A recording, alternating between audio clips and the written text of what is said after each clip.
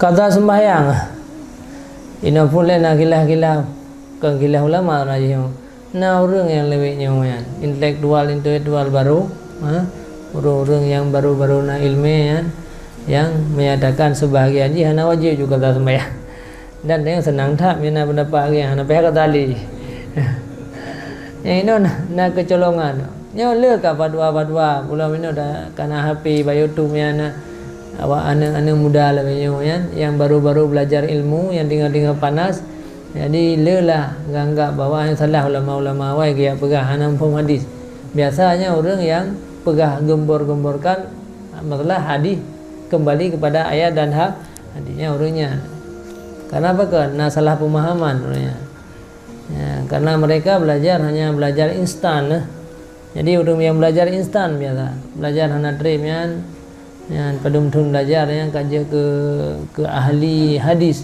dia belajar kaji ke ahli hadis yang ulama awal yang puluh-puluhan tahun belajar hanya aja dalam ke ahli hadis jadi yang enggak kibatnya sehingga otak pemahaman yang kelebihan karena dalam ayat dalam hadis hana yang kebuka wajib kata sembahyang mana cara rampung ji patna ikuti salata hana yang nam aqimu salah giu pubuh sembahyang hana yang giu pegah giu kata sembah jadi menanjara. Tapi ulama-ulama ahli sunnah wal jamaah yang turun temurun ya dari mazhab Syafi'i sampai terus menerusnya mandum-mandum berpendapat wajib qadha sembahyang.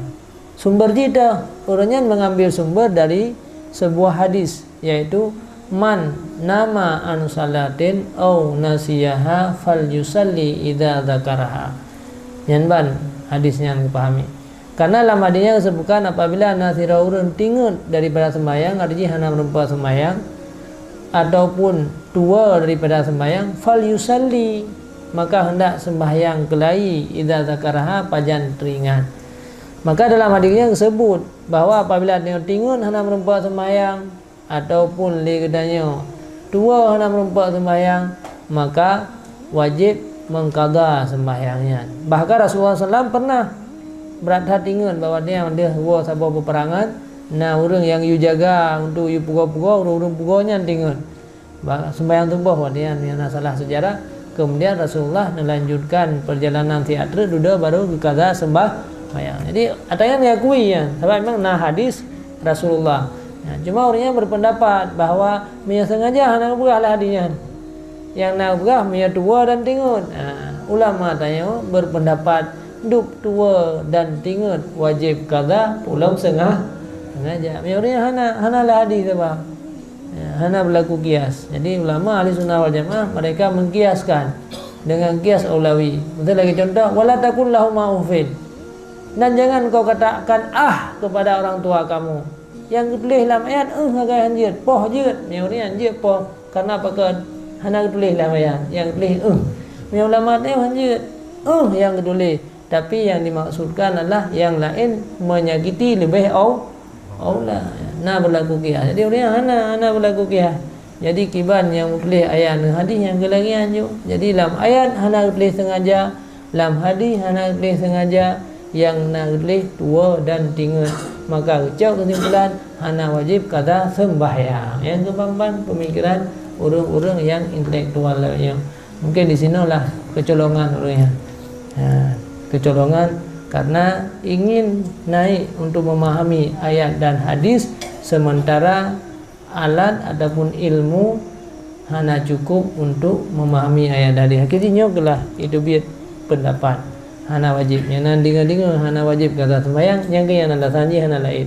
pu alasannya hana lam ayat hana lam hadis malah kitabna nyala kitab pendapat ulama sabar kita yang sabar hanya sabar mereka sabar Imam Syafi'i ngurul lawi Imam Syafi'i dalam sembahyang yang khatam Quran 60 ke dalam bulan Ramadan tiuro si malam tiuro 2 ke khatam Quran itu apa ni na tiuro si malam pegah abah yang ada 27 pegah abah abah ni 27 ada sapahnya 27 gimana sabar antara dia dengan Imam Asy-Syafi'i jadi urino hawa wujud lagi Imam Syafi'i maka hawa tu dia buat ju Quran dengan hadis hana buat le mazhab dalam Imam Syafi'i maka berkah ada lagi kan jadi putra pendapat ni hana wajib qada sembahyang karena hana boleh ayat dan hadis. Tidak boleh dia tijia poh runci karena hana boleh dalam ayat ngah di gelarang. Hana gelarang poh runci layak yang na gelarang kun yang hana berlaku kias. Jadi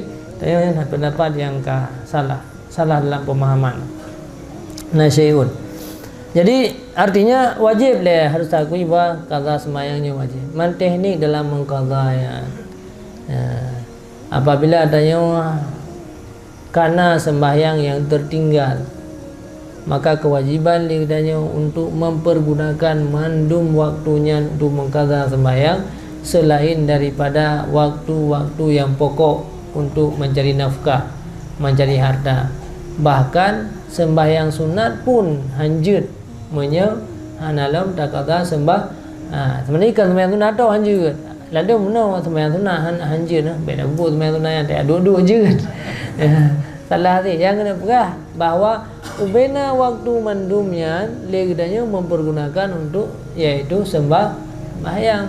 Le tak pahala sembahyang fardu ngam pahala sembahyang igoi sembahyang sunat qabliyah ini qadha subuh. Igoi sembahyang sunat qabliyah ini qadha sembahyang luhur. Maka baik ada umai lu hana merumpa untuk duha, hana baik duha ya.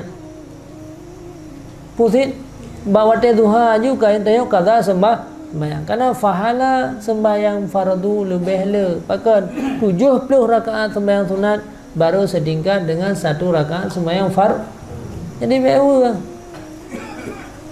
dia hana sembahyang sunat dia le tinggal sembahyang. Maka kapan pun orang lain sembahyang sunat saatnya dia terisi dengan sembahyang fardu. Fahala qadha ada tempe ada likuna fahala yang tinggal ada sembahyangnya juga gebili Ikai dah mau sembahyang sunat tahiyat. Nabi sunat tahiyat ju qadha subuh pajan subuh jamun.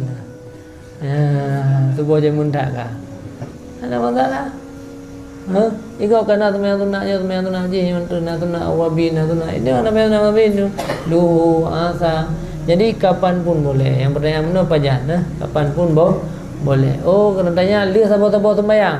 Cuman untuk je tak tahu supaya kadang baik dayang dia tak tahu dia sembahyang subuh kata subuh dia sembahyang asar kata asar dia sembahyang luhur kata luhur yang mina wate mandu mak dia na wate tok malam tu urang kata berangkat dan minta rezeki kalau malam je 5 hotel ya 5 maghrib terserahlah teknik cara metode hana ditentukan tetapi yang penting kewajiban untuk mengisi waktu mandum dengan mengqadha sembahyang.